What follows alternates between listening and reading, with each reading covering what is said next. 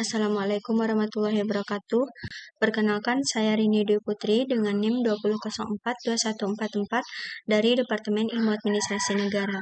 Pada video kali ini saya akan mempresentasikan satu contoh penyelesaian soal mengenai analisis regresi berganda.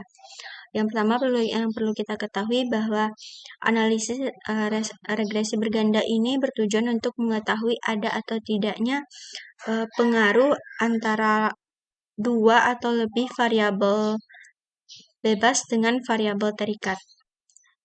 Di sini kita akan melakukan 3 uji. Yang pertama uji T, uji F, dan koefisien determinasi, di mana uji T ini bertujuan untuk mencari tahu ada atau tidaknya pengaruh yang diberikan variabel X secara terpisah dengan variabel Y. Dan untuk uji F sendiri itu bertujuan untuk mengetahui ada atau tidaknya pengaruh secara bersama-sama variabel X1, X2 dengan variabel Y.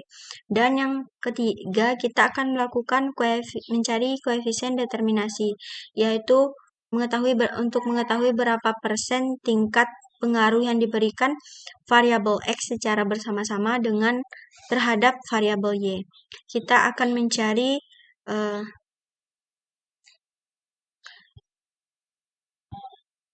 selanjutnya, di sini saya telah menyiapkan data dalam bentuk Excel, di mana di sini terdapat 3 variabel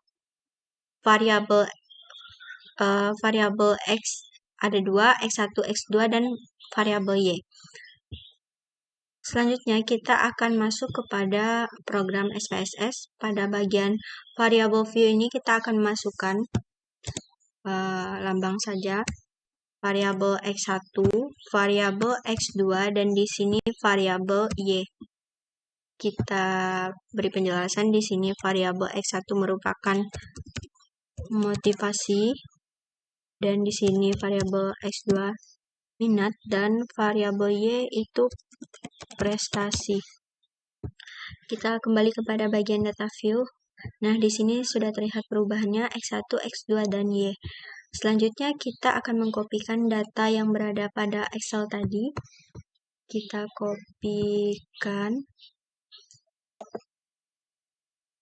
Kita pastekan di tabel sini. Kita pastekan di sini.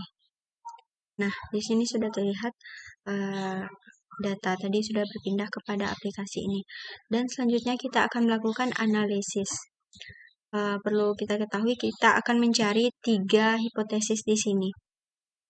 Yang pertama, hipotesis pertama itu untuk mencari pengaruh X1 motivasi ini terhadap Y prestasi, dan hipotesis yang kedua untuk mencari pengaruh X2 terhadap Y minat terhadap prestasi, dan yang ketiga itu mencari pengaruh antara X1, X2 ini secara bersama-sama terhadap Y, mencari pengaruh motivasi dan minat ini terhadap prestasi.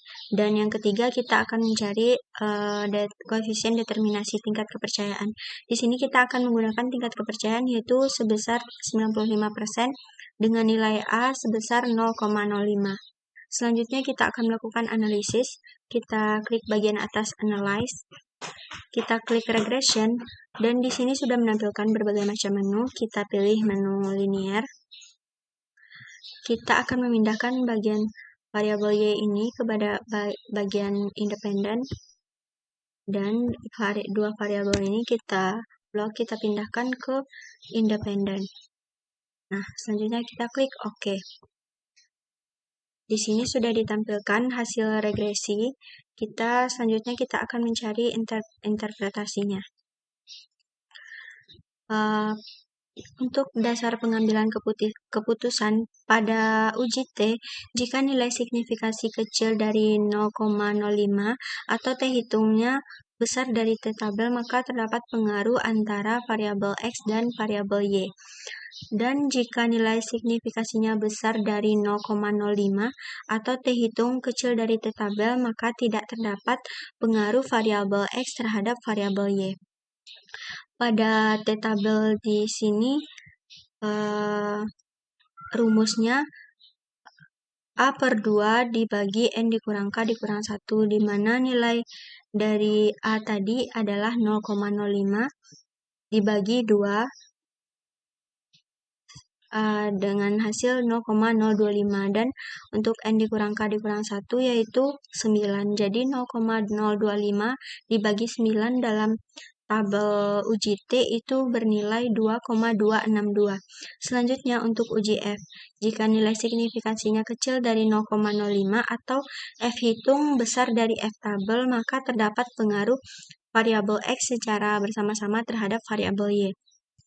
Dan jika nilai signifikasinya besar dari 0,05 atau F hitung kecil dari F tabel, maka tidak terdapat pengaruh variabel X secara bersama-sama terhadap variabel Y, di mana F tabelnya dengan rumus K dibagi N dikurang 1, di mana K di sini ada 2, dan untuk N dikurang K, N-nya ada 12 sampel tadi yang di sini, 12 sampel, dan dikurang 2 sama dengan 10, di mana 2 dibagi 10 pada F tabel itu bernilai 4,10.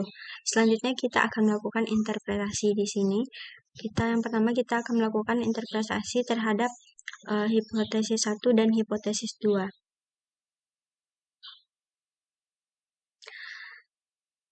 Pada hipotesis 1, diketahui nilai signifikasinya sebesar 0,347, di mana besar dari 0,05, dan nilai T hitungnya sebesar 0,992, kecil dari T tabel yang bernilai 2,262, sehingga dapat kita simpulkan bahwa H1 ini ditolak karena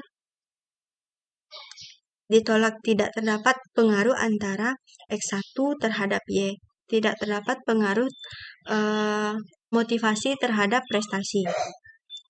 Dan pada hipotesis yang kedua, yaitu di mana nilai signifikasinya sebesar 0,007, di mana ini kecil dari 0,05, dan nilai T hitungnya sebesar 3,441, kecil dari T tabel yang bernilai 2,262, sehingga dapat disimpulkan bahwa hipotesis 2 ini dapat diterima. Berarti terdapat pengaruh antara H2 minat dengan prestasi.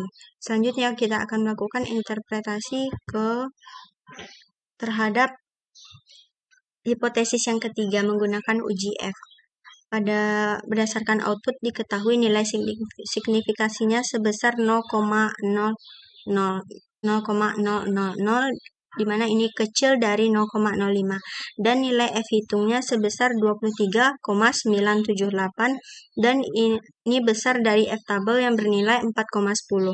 Dapat disimpulkan bahwa hipotesis 3 ini dapat diterima, berarti ada pengaruh antara X1 secara bersama-sama, ada pengaruh X terhadap Y, ada pengaruh terhadap motivasi dan minat terhadap prestasi.